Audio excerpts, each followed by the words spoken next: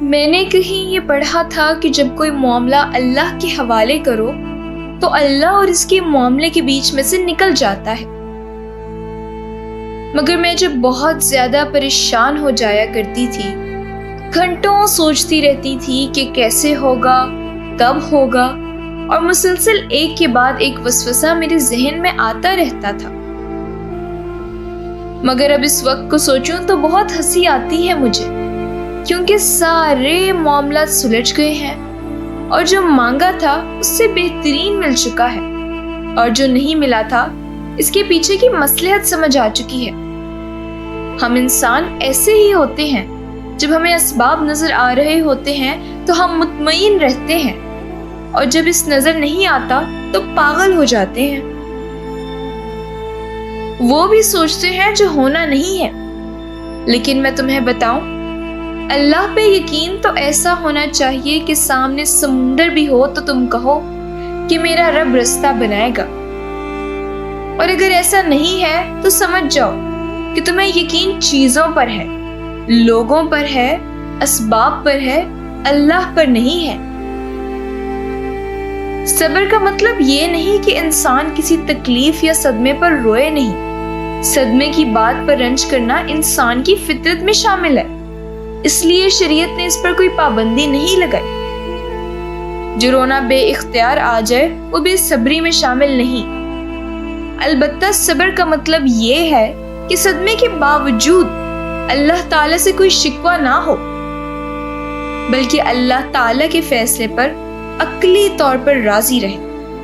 اس کی مثال ایسے ہے جیسے کوئی ڈاکٹر آپریشن کرے تو انسان کو تکلیف تو ہوتی ہے، اور بعض اوقات اس تکلیف کی وجہ سے انسان بے ساختہ چلا بھی اٹھتا ہے، لیکن اسے ڈاکٹر سے شکایت نہیں ہوتی، کیونکہ اسے یقین ہے کہ وہ جو کچھ کر رہا ہے اس کی ہمدردی میں اور اس کے علاج کی مصلحت کی خاطر کر رہا ہے۔ جو چیز تم سے لی گئی ہے ایک وقت ایسا بھی آئے گا کہ اس کی یاد تمہارے ذہن و دماغ سے مٹا دی جائے گی، اور عنقریب اللہ تعالیٰ تمہیں وہ چیز عطا کرے گا جس کی تمہیں توقع بھی نہ تھی۔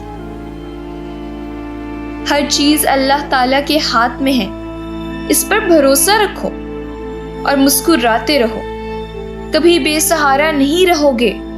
معجزے ہوتے ہیں، دعائیں سن لی جاتی ہیں، زخم بھر دیے جاتے ہیں، دل جوڑ دیے جاتے ہیں، کن فرما دیا جاتا ہے۔ صرف ایمان، توکل اور صبر کی بات ہے۔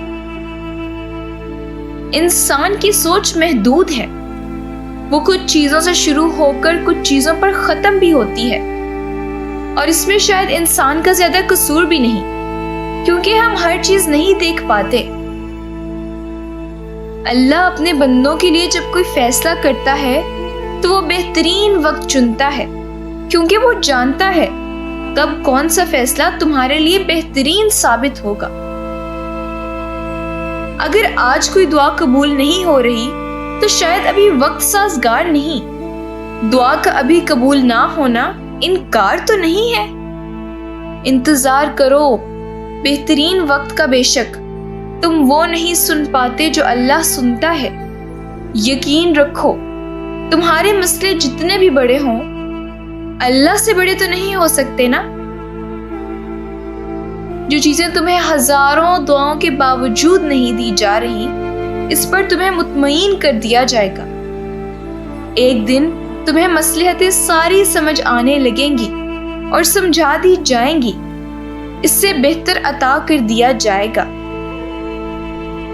اللہ فرماتا ہے، ہو سکتا ہے ایک چیز تمہیں پسند ہو مگر تمہارے حق میں بری ہو، اور ہو سکتا ہے کہ ایک چیز تمہیں ناگوار ہو مگر تمہارے حق میں بہتر ہو، اور اللہ جانتا ہے تم نہیں جانتے۔